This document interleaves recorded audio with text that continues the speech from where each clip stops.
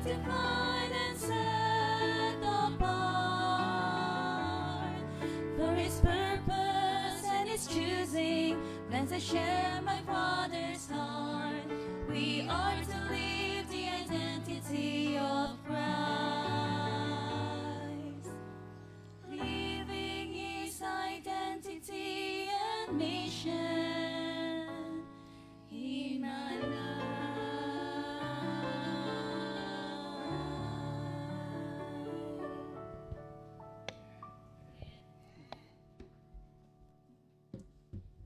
Happy Sabbath po sa ating lahat.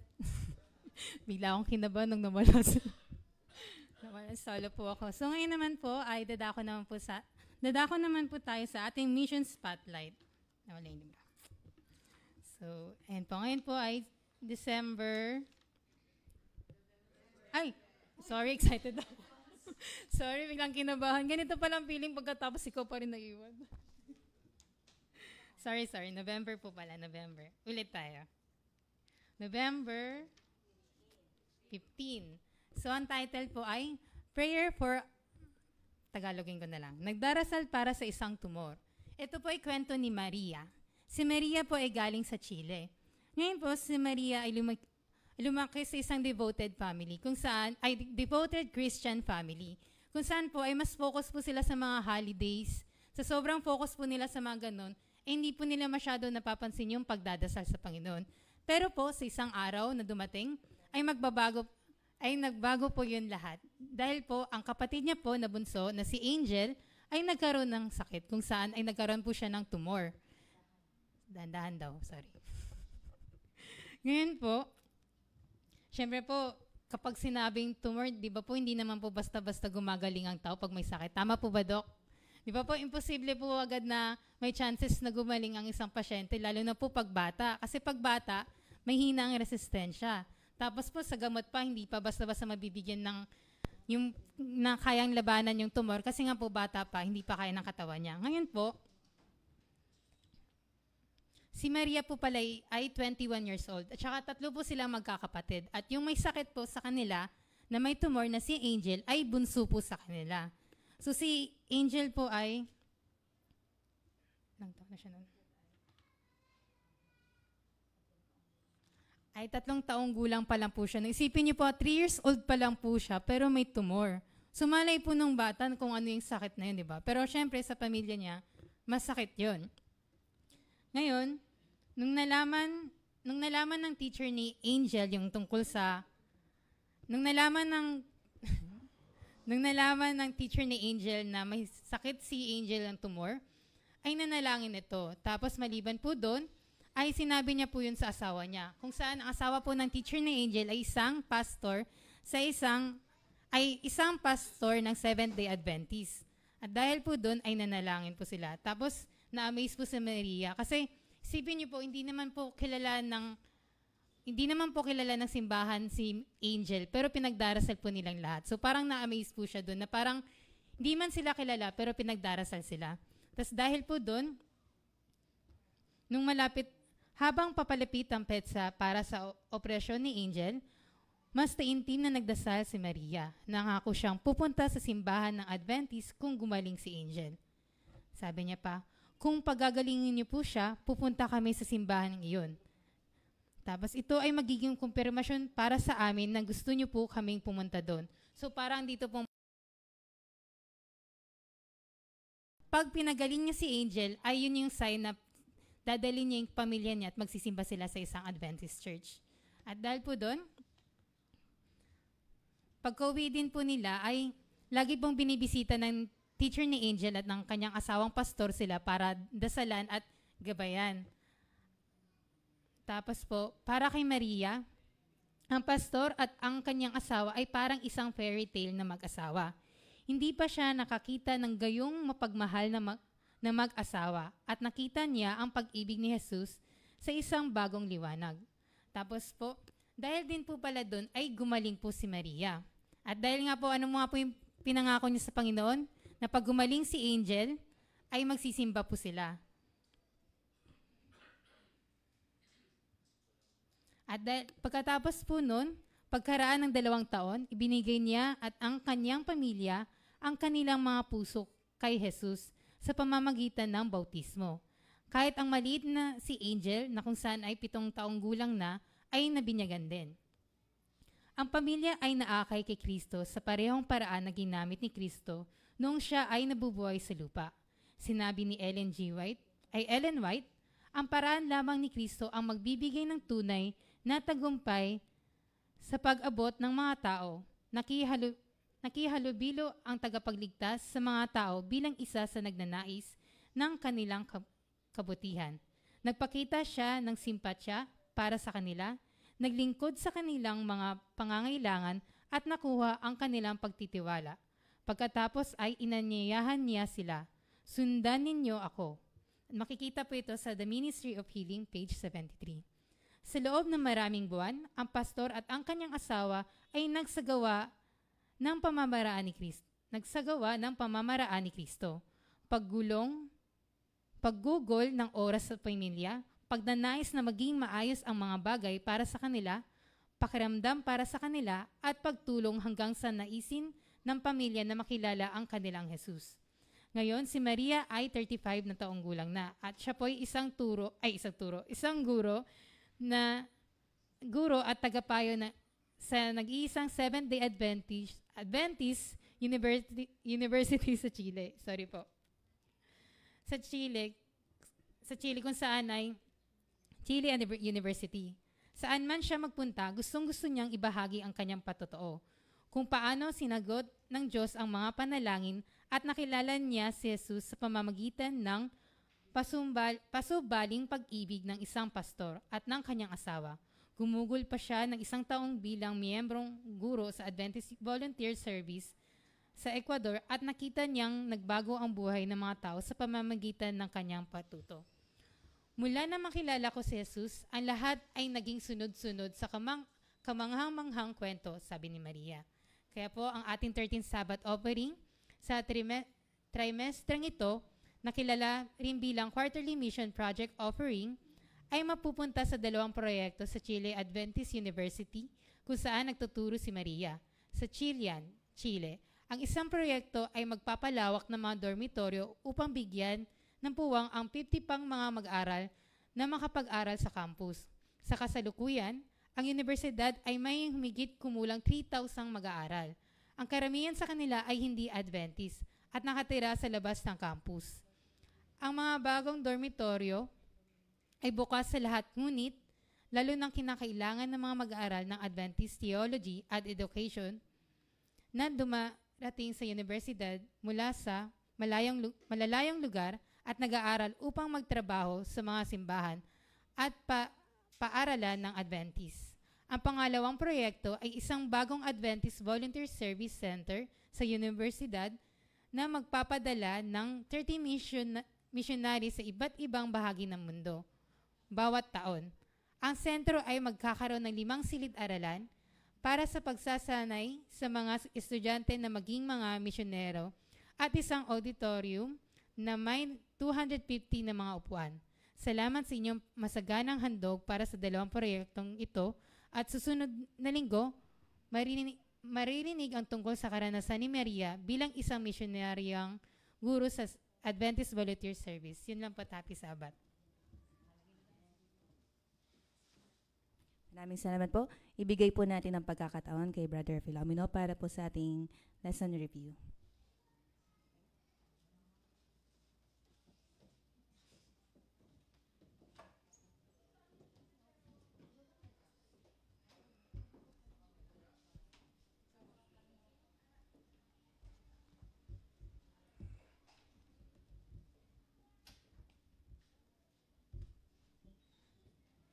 Isang pagbati po sa ating mga kapatid dito po sa Remnant Seventh-day Adventist Church. At isang kagalakan po para sa amin ang makapaglingkod po sa inyo sa umagang ito. So, kumusta po kayong lahat mga kapatid? Mukha naman po na tayong lahat ay mabuti. At nais ko pong ipakilala ang programa at ang ministry po na kinasasangkutan namin. Ito po ay ang nasusulat Ministry Kamenong's Legacy. Kung kilala po ninyo si Kamenong. Opo, ako po yung anak niya na nagpapatuloy po ng kanyang programa. Meron po tayong programa sa Facebook at YouTube. Ito po ay every Monday, Tuesday, at Friday, 7 p.m. So, panoorin po ninyo mga kapatid. So, ngayon po mga kapatid, naka-live po tayo. At nais kong sabihin sa ating mga followers, sinusundan po nila yan. Tuwing Sabado po yan, kami ay nasa iba't ibang iglesia. Opo. At kami naglilingkod hanggang sa hapon. Meron po tayong diskusyon o Q&A. So, ating pong batiin ang ating mga followers. Happy Sabbath. At ang ating pong sponsor ngayong umaga, ay itong Remnant Seventh-day Adventist Church dito po sa Baysa. So, thank you so much mga kapatid at I hope patuloy po natin ipapanalangin ang programang ito. Now, tayo po ay dadako ngayon sa ating pag-aaral ng ating leksyon. Papaano po ba kayo nag-aaral dito? I-discuss ko lang sandali, tapos po bigay ko sa kongregasyon ng iba. So, mag-discuss po tayo. So, ang ating pong paksa mga kapatid, ay patuloy sa aklat pa rin ng aklat ni Josue at lalong paganda ng paganda itong ating pag-aaral ng ating leksyon. At ito ay mayroong pinamagatang Ultimate Loyalty, Worship in a War Zone. Bakit ito yung paksa? Ultimate Loyalty, sukdulang pagtatapat sa panahon ng labanan. Mga kapatid, sa title na ito, pumapasok ba sa isip ninyo ang isang bagay na kinakailangan magkaroon tayo ng isang sukdulan na pagtatapat? O sa kasalukuyan, meron pa tayong hindi pa masyadong sukdulan? Napansin nyo mga kapatid, sukdulan pagtatapat.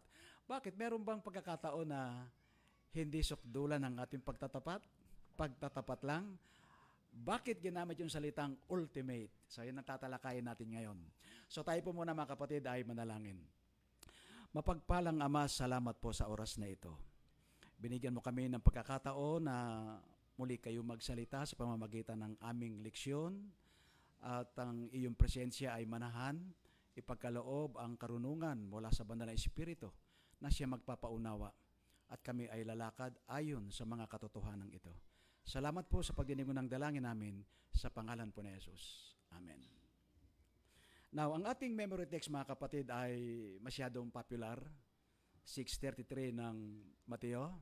Seek ye first the kingdom of God and His righteousness, and all these things shall be added unto you. Now, tingnan natin mga kapatid, no? Ang setup ng ating pag-uusapan ngayon, makikita natin, lagi tayong nakatuon sa karanasan ng bayang Israel from the land of Egypt, paalis, papunta sa promised land. Nakita natin yung maraming problema. Ang problema nasa bayan ng Diyos. Nakita naman natin ang Panginoon, hindi siya bumibitaw hanggat ang bawat individual at corporate ay hindi mailagay sa pinakatama. Makikita natin dito mga kapatid na ito yung salitang sukdulan na ang Diyos. Mailagay tayo sa tamang kalalagyan para sa ating kaligtasan. Now, maraming mga emphasis ang lesson at marami tayo napapakinggan. Andun sila sa gate ng Kanaan. Bago sila makapasok dyan at habang sila naandyan, kinoconquer nila yung mga bansa. Yung kanilang pagtatalaga, inipon ng Panginoon kasi malapit na sila sa gate. Naalala niyo yung mga sulat ni Ellen White? Yung medyo nakakalungkot na statement. You are almost at the gate, but you cannot enter the gate. Nasa pintuan ka na, pero hindi ka nakapasok. So, malungkot na balita, di ba mga kapatid? Now, bakit natin kinakailangan pag-aralan ito? Sa time natin mga kapatid, in application, popostihan natin ito. Actually, ito mga illustrations lamang ito para pinapakita sa atin yung nakaraan. Ngayon, in application mga kapatid, nakafocus tayo ngayon sa isang landmark at yung tinatawag nating itong panahon natin ngayon sa huling panahon. Lagi natin sinasabi, huling panahon. Now, tingnan natin mga kapatid. Papaano ang ating pagpasok sa lupang pangako? Sa buhay na walang hanggan, sa langit na bayan. Makapagsasamba ka kaya sa panahon ng labanan? Makakapag-worship ka ba sa panahon ng pakikipaggera? Papaano mo ma-reconcile kahit sa pagpapaliwanag lang yung mga katanungang papaano ka makapag-concentrate yung momento mo dahil yung sitwasyon mayroong dalawang pressure. Kinakailangan mo sumamba pero may matinding problema. Yung bang pagsamba saka itong mga problemang ito, mga pressure, pwede bang pagsamahin ito? O ilagay natin sa isang tabi? O may mga priorities ba na kinakailangang bigyan ng pansin? Now, unahin natin mga kapatid. Dito sa ating pinapag-aralan, binanggit sa ating leksyon, no? Yung sinasabing, umpisa natin, the covenant first, ganito. Yung circumcision, mga kapatid, sa panahong Kristiyano, sabi sa book ng Galatians, chapter 5, verse 6, kahit hindi ka circumcised, okay lang yun. Bakit sinabi ni Pablo yun? Nung panahon ng mga Hudyo, napaka-prominente sa kanila. Major, yung dapat circumcised ka. Kapag hindi ka circumcised, kahit ikaw ay lahi ng Israel, despise ka. Bakit ganun kahalaga sa kanila ito? Samantalang noong si Kristo'y mamatay na sa krus, tapos na yung mga ceremonial system na yon. Ganun kahalaga sa kanila yung mga ritos, yung mga pangangailangang kaisipan pang-spiritual. Hanggang sa dumating, sa panahon ni Pablo, nahati ang church. Di ba? Kaya sabi ni Pablo, hindi mahalaga na ikaw ay circumcised. Importante rito, ikaw ay circumcised spiritual, yung puso. Now, balikan natin bilang illustration na lamang. Bakit pinili ng Diyos na, sabi sa Tagalog, tanggalin yung balat na masama? Naalala nyo pag sinasabi sa Biblia, yung pagtutuli, aalisin ang balat na masama. Kasi bakit kinakailangan yun ang gawin para mapatunayan na ikaw ay bayan ng Diyos? Sa matandang tipan, mga kapatid, literal na ginagawa nila yan, pero merong spiritual meaning.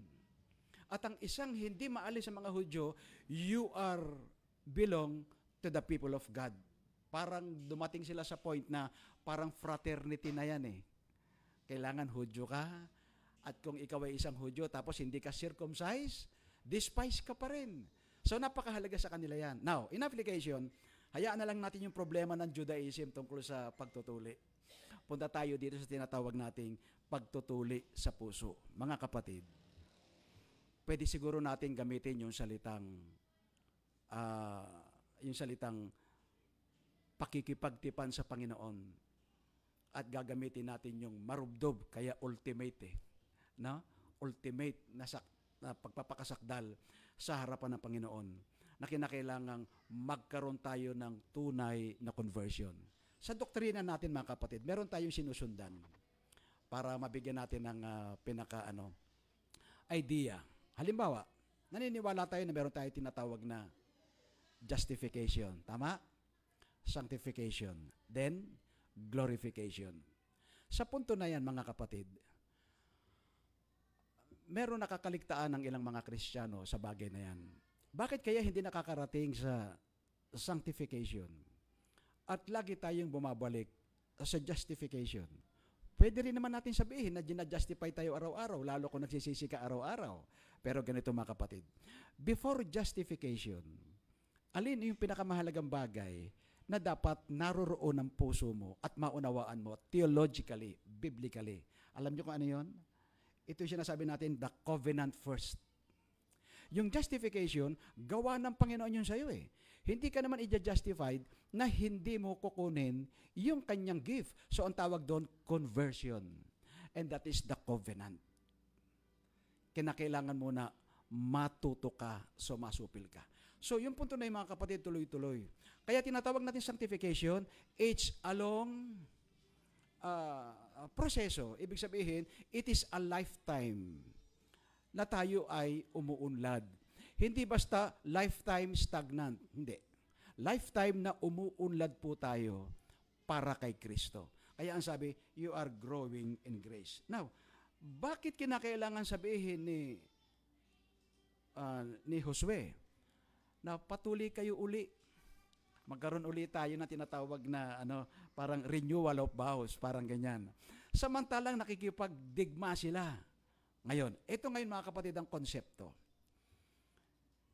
Ipinakikita sa panahon ni Josue na sila ay magtatagumpay sa labanan, bagaman sinabi ng Diyos, ako yung nakikipaglaban sa inyo. Pinababalik yung kanilang kaisipan sa pinanggagalingan lahat ng source, kundi sa pamamagitan ng pananampalataya.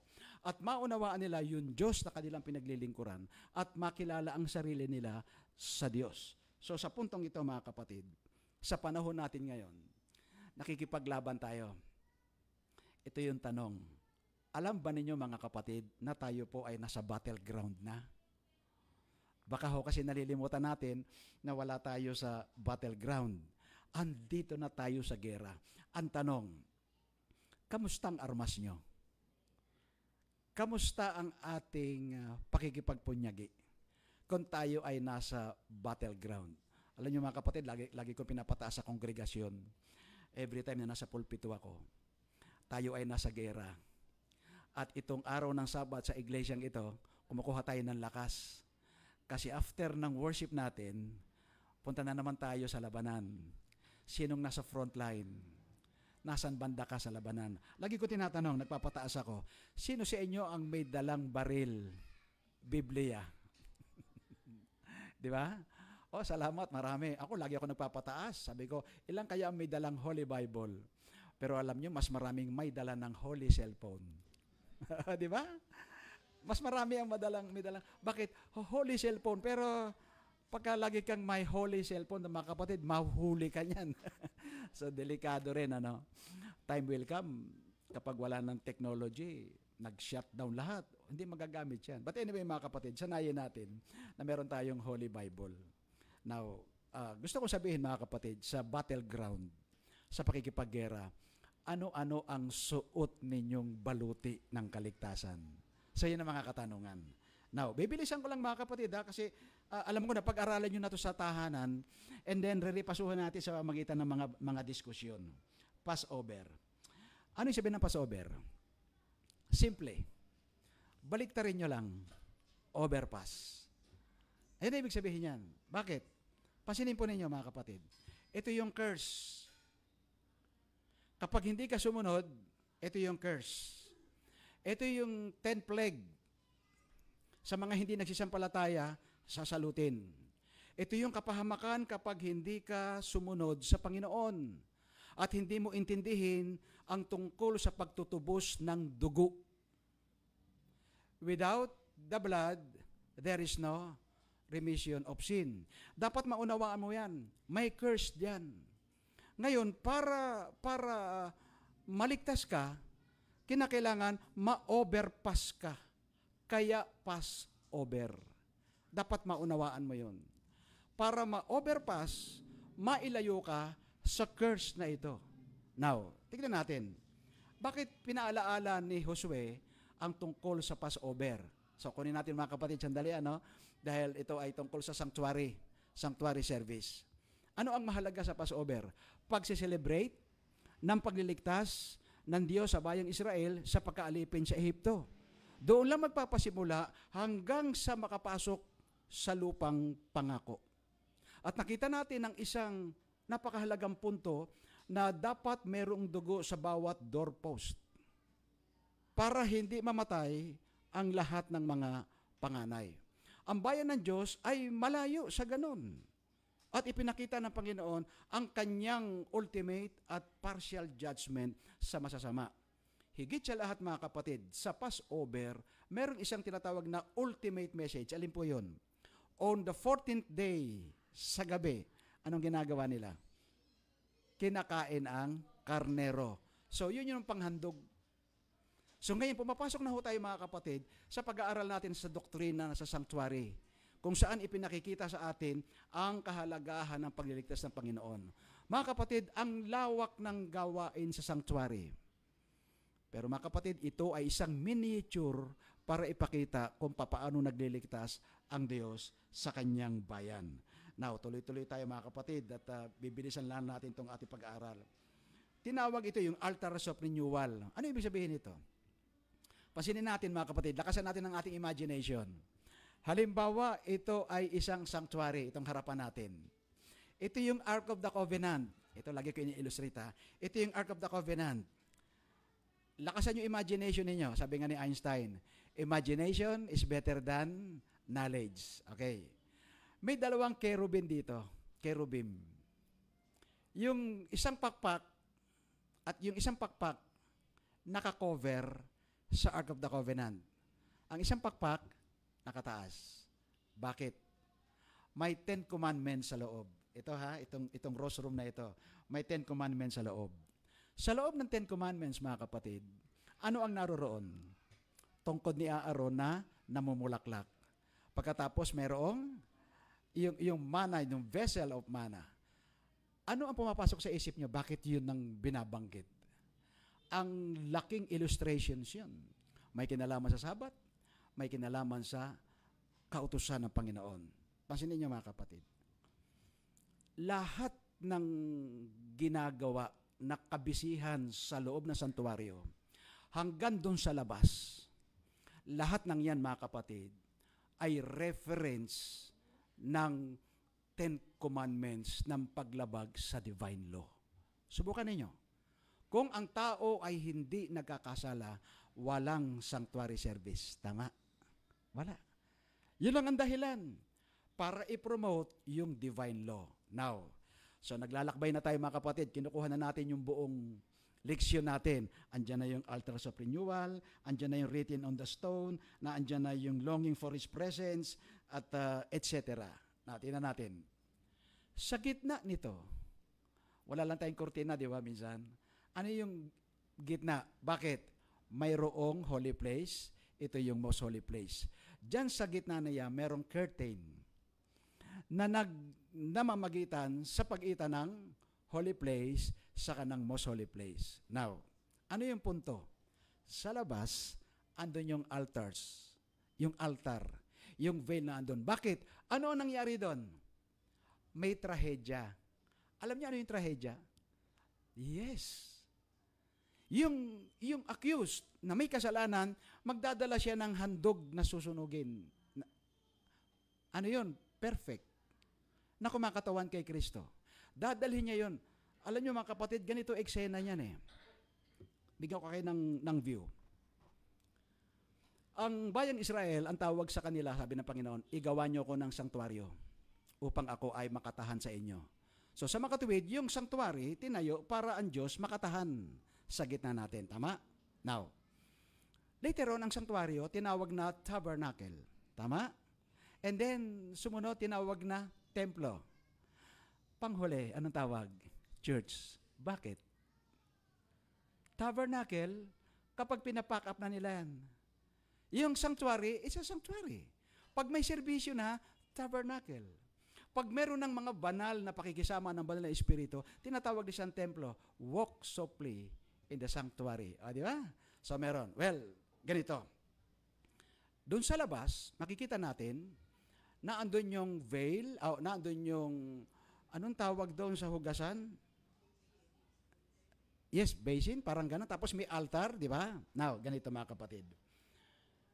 Tinawag itong tabernakulo nung sila'y naglalakbay na, kung saan sila galing. Imagine na, dahil Socratic government ito, ang Diyos direktang nagsasalita sa kanya, saan ka pa? Sasabihin sa kanya, oh Josue, tigil muna kayo. O kaya, Moses, tigil muna kayo. I-pitch niyo yung mga tent ninyo. Mga kapatid, very napaka-diligent nila na maglagay ng kanila mga tolda. Alam ba ninyo, merong street yan? Ano tawag dito? Apartment A, B. Ito yung eksena, pakinggan ninyo mga kapatid. Habang binabasa ko yung tungkol sa sanctuary. Kung yung may kasalanan na gusto na talaga siyang mapatawad, nakatira sa sa Black Street Z, Generation Z. Alam niyo mga kapatid, hahanap yun ng nang makakayanan niya bumili ng panghandog na tupa. Mula pa doon sa dulo, maglalakad yan, bibit-bitin siya ng saserdote, yung mga kuro. Alam mo, maglalabasan yung mga kapitbahay. Pagmamasdan yung kapatid na yon, pagchichismisan yon. Ano kayang kasalanan nito? Hiyang-hiya po yun, mga kapatid. Sobrang hiya. Pagkukwentuhanan siya malalaman kagad sa buong kapuluan na may matinding kasalanan tong kapatid na ito. Hanggang sa makarating saan? Sa santuario, sa tabernakulo. May pintuan doon sa compound ng tabernakulo. Punta muna siya sa altar. Yung sandali na yun, mga kapatid, papatayin yung tupa at yung dugo nun ay iwiwisik. Said lahat ng dugo ititigis. Iwiwisik ang lahat ng dugo sa parte ng santuario. At ang isang very dramatic, mga kapatid, yung mas maraming dugo na kinuha ng high priest, iwiniwisik sa kortina sa gitna. Kailan lilinisin yon? Yes, every year. So mabaho na yon. Ganon kabaho ang kasalanan natin. Yun ang nasa Isaias 1:18. Kahit mapulang-mapulang kasalanan nyo, patatawarin kayo, papuputiin kayo. Alam niyo, mga kapatid, yung accused na may kasalanan, ang lakas ng loob niya kahit iyang hiya siya. Bakit? Kaya pala sabi ni David, mapalad yaong pinatawad ang kanyang kasalanan. Yun dapat ang feelings natin. Yung pagkamuhi mo sa kasalanan. Lalabas siya doon sa sanctuary, kapatid. Babalik sa bahay niya. Ano man ang sabihin nyo, I am free from my sins. Dahil kay Kristo. So lahat ng mga ritos na yon, mga kapatid, na ginagampanan sa sanctuary, nakaturo sa pagdating ng Mesiyas. Kaya sa panahon ng bagong tipan, ipinakita si Kristo na siya lahat ang sentro ng lahat ng iyon. Now, ito yung punto ngayon na magandang pag-usapan. Ang sabi sa 25:8 ng Exodo, igawa mo ako ng santuario upang ako ay makatahan sa gitna ninyo. Kaya hindi pwede sabihin, hindi na lang ako sisimba, nandito naman ang Panginoon 10:25 ng Hebreo, huwag niyong pababayaan ang pagkakatipo na kagaya ng ginagawa ng iba. Pagkatapos, sabi sa Colossians 3:15 and 16, maipong kayo sa isang katawan. Versikulo 16, magpaalalahanan kayo ng salita ng Diyos sa pamamagitan ng mga himno. Ano pa? Awit at salmo. Walang walang combo. Salmo, himno, awit. Mga kapatid, ganito.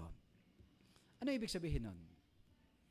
Ang pagpapagal natin sa mundong ito, ang ating Panginoon ay merong panukala na yung kasalanan aalisin sa lupang ito sa pamamagitan ng apoy na kanyang itatalaga sa impyerno.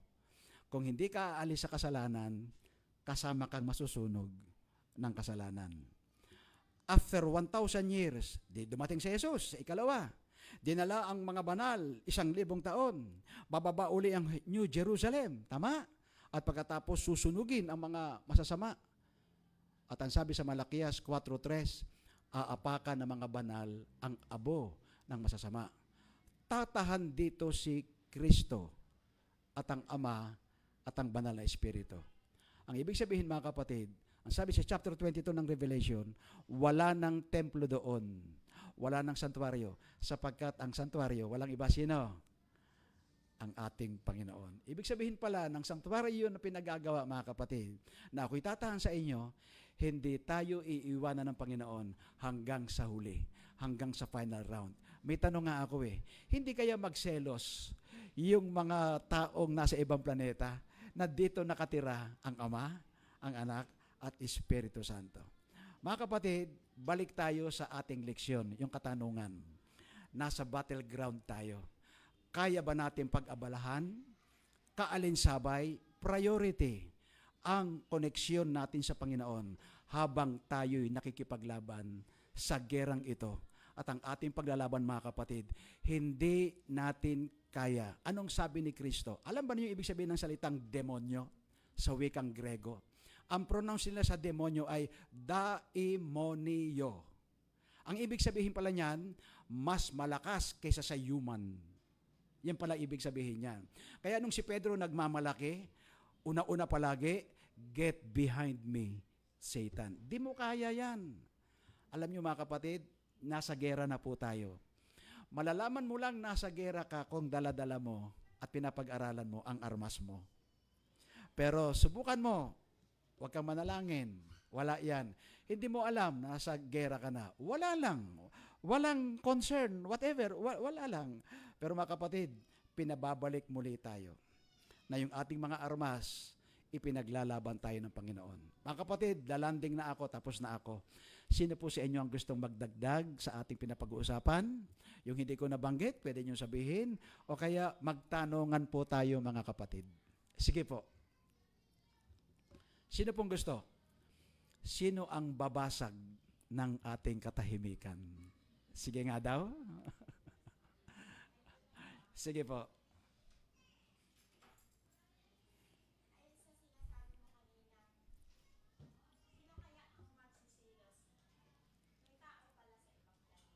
Opo, meron po. Na hindi nagkasala. Hello. Okay. Naitanong ko lang po ito kasi sa sinasabi mo kanina, hindi ba daw wala bang magsisilos? Naintriga ka, ha? Naintriga ko. May tao pala sa ibang planeta. At Opo. sino yung ngayon? Sila po yung mga hindi nagkasala po, kagaya din natin sila. Kung babasahin po ninyo sa Story of Redemption, meron pong tala doon na naglakbay si Ellen White sa mga planeta. Nakita niya si Enoch, nakita niya si Moses, nakita niya si Elijah. Tapos, nung siya ay naroroon na sa lugar na mga mundo na walang kasalanan, sagana. Katulad ng paraiso nung hindi pa nagkakasala si Eva at si Adan. Alam mo, sabi nila, nananatili kaming hindi kumakain ng bunga na ipinagbabawal ng Panginoon ng pagkakilala ng mabuti at masama. Kaya alam mo, nung si Ellen White ay pagising na, parang gusto niyang kumanta, kung ito'y isang panag-inip, ayoko nang magising. Kasi naramdaman niya nung malapit na siya magising, talagang hindi niya maisalarawan ang ganda ng mga planetang hindi nagkasala. Nasa Biblia rin po yan, sa Hebreo 1:1. Mababasa po ninyo doon. Basahin ko, ha? Okay. Basahin ko sa Hebreo 1:1. Ang sabi rito, ganito. Kaya mas maganda ito kung sa wikang English. Ang Diyos na nagsalita ng unang panahon sa ating mga magulang sa iba't ibang paraan sa pamamagitan ng mga propeta. Pagkatapos, versikulo 2, ay nagsalita sa atin ng mga huling araw na ito sa magitan ng kanyang anak na siyang itinilaga na tagapagmana ng lahat ng mga bagay na nasa pamamagitan naman niya, ginawa ang sanlibutan. Kung meron lang tayong apostrophe S, sanlibutans. Sa English, worlds. At ang sabi pa ni Apostol Pablo, tayo ay naging tanawin, naging spectacular tayo. Ibig sabihin nun, theater ng mga hindi nagkasala. Pinapanood nila po tayo. So, ibabalik po ng Panginoon. Yun yung ating leksyon, mga kapatid, isang nakapananabik na panukala ng Panginoon sa atin na mararanasan natin yon. Yun lang, siyempre pa may mga kondisyon, di ba? May mga kondisyon. Manatili tayo sa Panginoon at tayo ay kanyang ipaglalaban. Sige po. Meron pa ho, kapatid? Sige po, brother. Alam natin na God is a forgiving God. Opo. Bakit He created hell for the sinners? Bakit kailangang mamatay ang mga makasalanan? Sinabi naman, for the wages of sin is death. And that is true. But the gift of God is eternal life through Christ our Lord. So in other words, there is a gift of salvation. Eternal life ay nasa atin. Handa niya tayong patawarin. Opo. Pero parang nakikita ko, even in the case of Achan, talagang right on the spot, pinatay nang malaman siya na siya ang kumuha nung dapat hindi kunin, nagnakaw siya. Dito sa sanlibutan tinitirahan natin, kung bilangin mo lang yung mga magnanakaw na pakarami.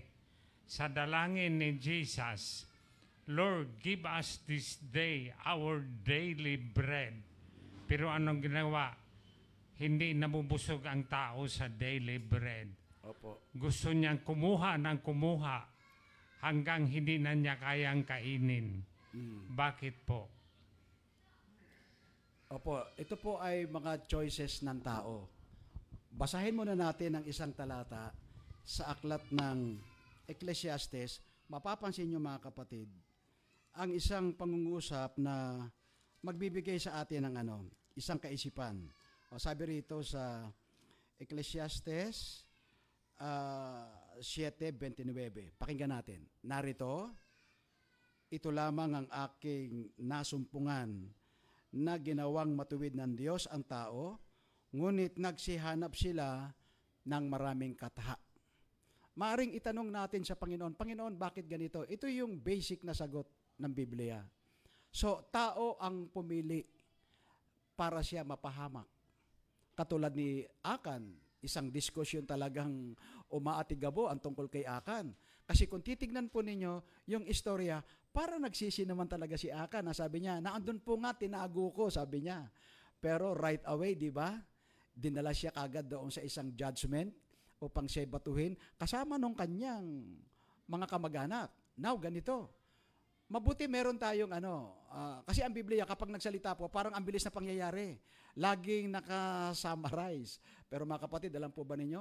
Bago siya kausapin ni Akan, ang haba ng chance niya na magsisi, andun sa 7:21 ng Josue. Ano nakalagay doon? Nang aking makita ang mga balabal na yari sa Babylonia, ay aking kinovet. Thou shall not covet. So, kanyang pinagnasaan. So, doon pa lamang sa salitang yon ang haba na ng proseso eh. At nung aking pagnasaan, aking kinuha. At nang aking kinuha, aking itinago. At nang aking itinago, aking inilihim. Mahaba yung proseso. Binigyan siya ng tsansa. Kaya lang wala na siya magawa kasi sa jury ng mga Hudyo, kinakailangan mo talaga magsalita kasi huli ka na. Kaya sinabi niyang ganon. Now, yung una niyong tanong na sinasabi niyong, alam ng Panginoon ang mangyayari lahat. Bakit kung titignan natin yung side na yun, bakit ginawa niyang impyerno? Yung impyerno, mga kapatid, inihanda niya yan. Yan ang maglilinis ng kasalanan sa mundo. Kaya nga sabi sa atin, kapag hindi ka umalis sa kasalanan, habang nililinis ng apoy ang kasalanan, kasama kang masusunog ng kasalanan. At sa punto na yan, ipinapakita sa atin na mayroong pag-iwas sa kasalanan. Isang uri din ng warning, ay iwasan mo yan para hindi mo magawa yung kasalanan. Sabi sa Pedro, inilaan ng Diyos, alin? Ang kaligtasan bago pa lamang lalangin ang sanlibutan. Ibig sabihin, alam niya na God is all-knowing. God is in control. So alam niya. Siyempre, kung baka minsan nagtatanong po tayo, bakit ganon? Pero ang Biblia ay mayaman sa kasagutan sa maraming katanungan. Sige po.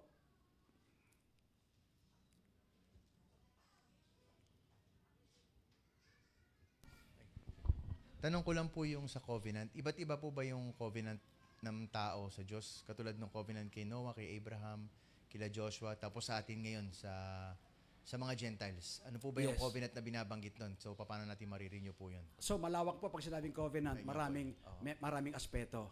Now, pero sa Bible, kung ating bibigyan ng pansin, sa Biblia, nakasentro ang isang covenant sa ganito. Punta tayo sa Hebreo, chapter 8, versikulo 10. Pasinin po ninyo ito.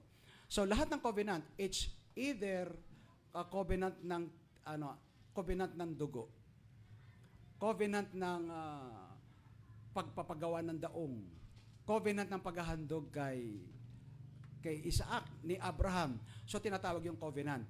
Binigyan lamang siya ng salitang covenant para mas malapit doon sa mga termino ng divine. So, sa Tagalog, ang tawag natin tipanan. Sa simpleng salita, usapan. Kaya yung magkasintahan, ang tawag sa kanila, ito'y katipan ko eh. Divine yun. Merong tinatawag na tipan ng dugo. Naalala niyo yung mga unang bayani natin, nag-blood compact. Covenant ang tawag doon eh, yung pinagsanib nila yung kanilang dugo. So covenant. Ibig sabihin, yung salitang covenant tsaka yung salitang tipanan, meron siyang divine principle. Now, ito yung tinatawag na isang covenant na dapat nating maunawaan. Hebreo chapter 8, verse 10. Sapagkat ito ang pakikipagtipang aking gagawin sa sangbahay ni Israel. Pagkatapos ng mga araw na yaon, sinasabi ng Panginoon, ilalagay ko ang aking kautusan sa kanilang pag-iisip at sa kanilang mga puso'y aking isusulat ang mga ito at ako'y magiging Diyos nila at sila'y magiging bayan ko at hindi magtuturo ang bawat isa sa kanyang kababayan. So, ibig sabihin mga kapatid, ano yung covenant kay Noah? Maraming klaseng covenant kay Noah. May tinawag din covenant kay Abraham, tipan ng pagtutuli. Kay Moses, nakipagtipan din siya sa Panginoon. Ibig sabihin, yung lahat ng mga pinag-uusapan sa pagitan ng Diyos at ng tao, tinatawag siyang covenant.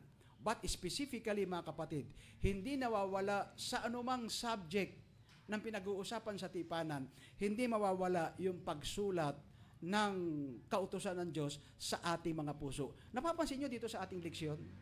Written in the stone. Alin po yon?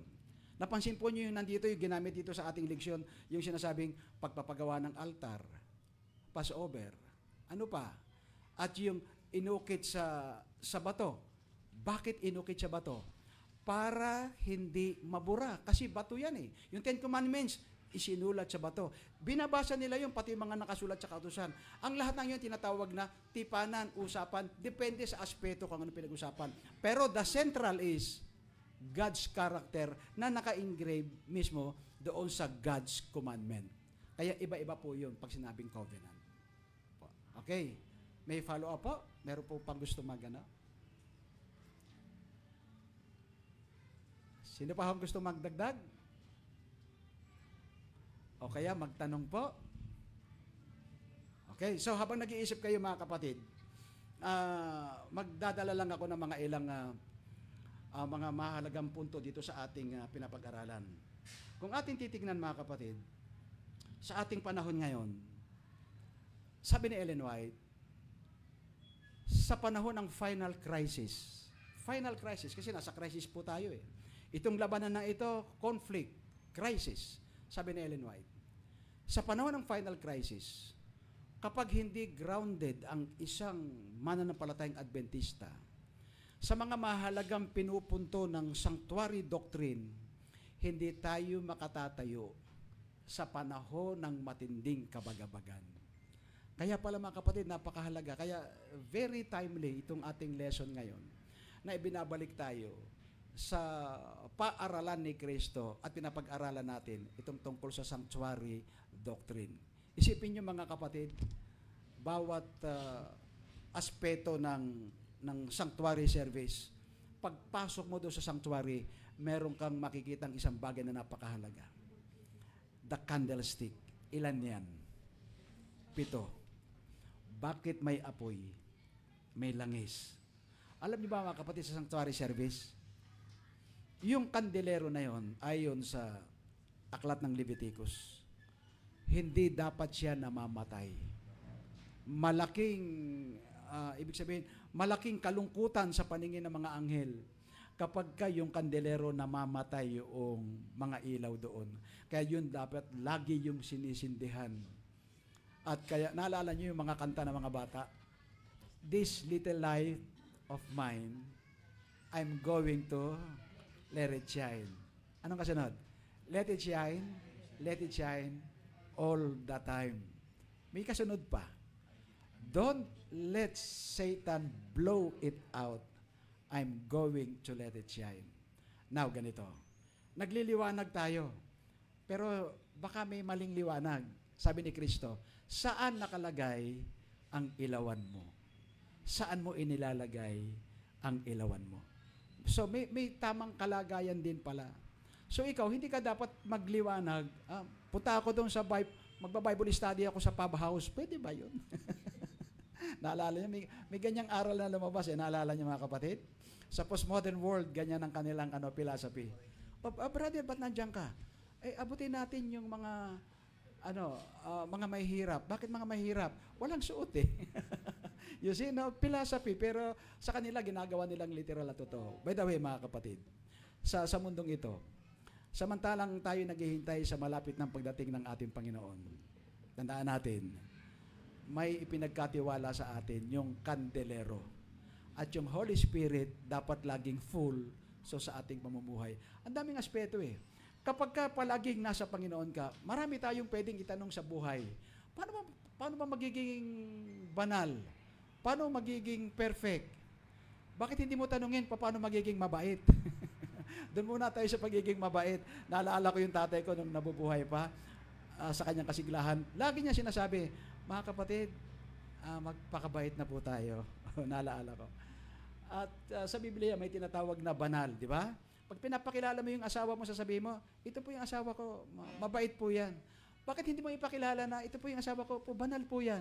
Parang, wag mo naman ipakilalang banal. Tama na yung mabait. Okay na yun, nagkakaintindihan na tayo. Pero sa Biblia, dapat banal ka. Yung kabaitan mo pala, sabi ni Kamenong, yung kabaitan mo dapat dumaan sa krus para maging banal ka. So, good people are not good people. Yan ang sinasabi, no? Di ba? Maraming nagsasabing, ako'y mabait, pero sa totoo lang, hindi talaga. So, mga kapatid, ito, no? Habang nag-iisip tayo, natatawa kayo. So, habang nag-iisip tayo, mga kapatid, babasa ko ng ilang pangungusap dito. Sabi rito sa Patriarchs and Prophets, page 500. According to the directions given by Moses, a monument of a great stones was erected upon Mount Ebal. Upon these stones, previously prepared by a covering of plaster, the law was inscribed. Not only the 10 precepts spoken from Sinai and engraved on the tables of stone, but the laws communicated to Moses. Alam mo, minsan kapag pinag-uusapan natin ang tungkol sa law, may nakikinig sa atin, iyan na naman ang mga Sabadista, utos na naman. Di ba? Alam niyo mga kapatid, marami na akong na-encounter na mga member ng evangelical, born again, Baptist. Kapag inaaralan ko sila, nagkakaisa sila ng kanilang komento. Alam mo sinasabi nila? Di ba yung mga Seventh-day Adventist, ano yan? Puro utos yan, puro utos. Ano sila righteousness by law? Palaging ganon. Di ba? Pero bakit dito, binabasa natin dito sa ating leksyon, ang daming talata, nakaukit pa nga sa bato eh. Naalala ko yung sabi ng tatay ko. Sabi sa kanya nung kausap niya, kayo namang mga Adventist, puro kayo law. Sabat lang naman ang pinangangalandakan ninyo. Ang sagot ni Kamenong ganito, paano hindi yan ang ating paksa? Lagi nyong sinisira, kaya inaayos namin. Sira kayo ng sira, kaya inaayos namin. Biblical ba yon? Yes. Saan nakasulat? 58:12 ng Isaias. Basahin natin, ha? Siyempre, dapat basahin natin. Isaiah 58:12 at ang talata ay 58:12 at 13. Pakinggan ninyo. Sabi rito, 58:12, ito ang nakasulat. Sabi rito, at silang magiging iyo ay magtatayo ng mga dating sirang dako. Ikaw ay magbabangon ng mga patibayan ng maraming salit-saling lahi. At ikaw ay tatawaging tagapaghusay ng sira at tagapagsauli ng mga landas na matatahanan. Tayo ay taga-ayos ng sira, pero sila ay taga-sira ng maayos. Pansinin nyo, alin yung sinisira nila? Versikulo 13, kung iyong iurong ang iyong paa, sa Sabat sa paggawa ng iyong kalayawan, sa aking banal na kaarawan, at iyong tawagin ng Sabat na kaluguran, at ang banal na Panginoon na marangal, at iyong pararangalan na hindi ka lalakad ng iyong sariling lakad. Nihanap ng iyong sariling kalayawan, ni magsalita ng iyong mga sariling salita. Alam mo, pinausok po talaga ng mga, nakikinig sila. Sinira po talaga ng mga evangelical Protestant ang Seventh-day Adventist. Siguro mamaya pag may time tayo, pag-usapan natin. Pero sasabihin ko sa inyo, pag binuklat niyo yung Google, Seventh-day Adventist, anong kasunod? Cult. Pinauso talaga po nila yan. Naku, mamaya pag-usapan natin, ang ganda niyan. At sadyang pinaikot nila sa buong sanlibutan ang information na yan. Pero mga kapatid, ang Seventh-day Adventist, hindi tayo righteousness by law. Ang Seventh-day Adventist ay Christ-centered. Dati pa Christ-centered na tayo. Panahon pa ng Great Awakening, sino ang sentro? Si Kristo. Kaya nga nabigo sila, kala nila darating si Kristo. Anong study ang pinag-aralan doon? O anong paksa ang pinag-aralan doon? Sanctuary. Ang pagkakamali lamang nila, akala nila dito sa lupa. Pero yung interpretation, ganun pa rin. Sa langit pa rin. So, ang Seventh-day Adventist ay Christ-centered. Hindi tayo law-centered. Kung pinag-uusapan natin ang tungkol sa pananampalataya, maliligtas ka sa pamamagitan ng pananampalataya. Minsan sinasabi natin, may nagtatanong, di ba? Faith alone. Sabi nila, faith plus works equal salvation. Hindi po. Faith that works. Faith that works. Pananampalatayang gumagawa. Anyway, napupunta po tayo sa isang napakahalagang salita ng ating Panginoon. John 14:15, if you love me, keep my commandments. That's all. Ganun lang kasimple yun. Mahal natin ang Panginoon, kaya tumutupad tayo sa utos. Mga kapatid, maraming salamat. Nawa tayo pagpalain ng Panginoon sa ating napag-aralan at maging gabay natin ito sa araw-araw nating buhay.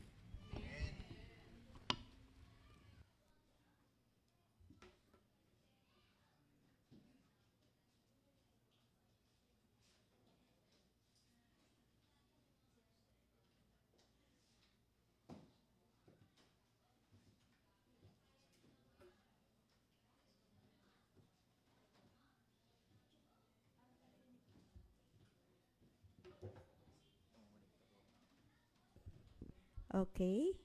Para sa ating pagtatapos ng ating Sabbath School, awitin natin, I will go with my church.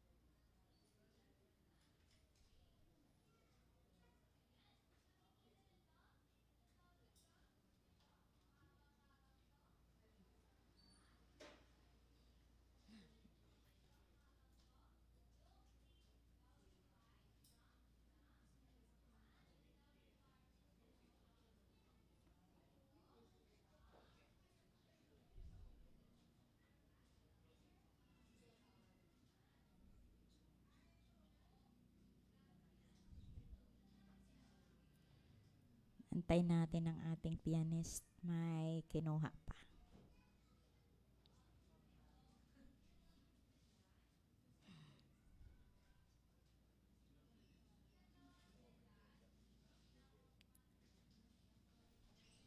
Ayan.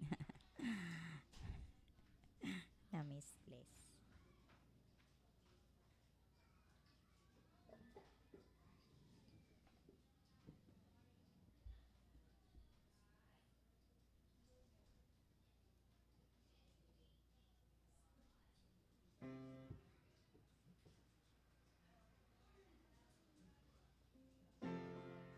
Shall we stand?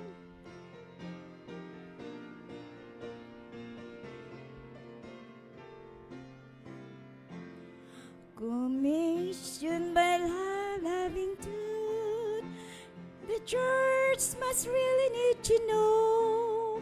Here and there equip each one to. I will gather all as others may go. Yes, oh yes, I will go with my church and urgent to the whole God's church. Proclaim God's love, pray, prayer, one and all. By living like Christ, make each man whole. And be in bold, no time for waste. Reach the world, go serve, heal, and teach. As Christ is what we must do. Christ is coming soon, shall be blessed hope. Yes, oh yes, I will go with my church, an urgent duty hold.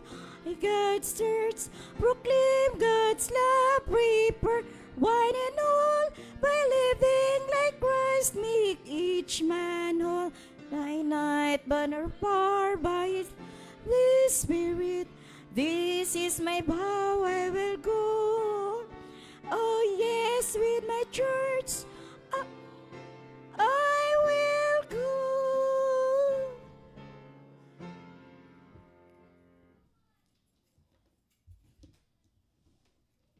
Let's pray. Father in heaven, we thank you, Lord, for the lesson that we have studied throughout the week.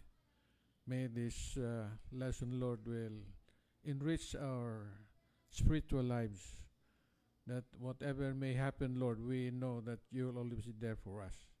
Thank you, Lord, for the guidance of the Holy Spirit, that as we worship you this morning, all of us will be blessed. Thank you, Lord, that all of us felt your presence as we worship you. We ask all these things in Jesus' name we pray.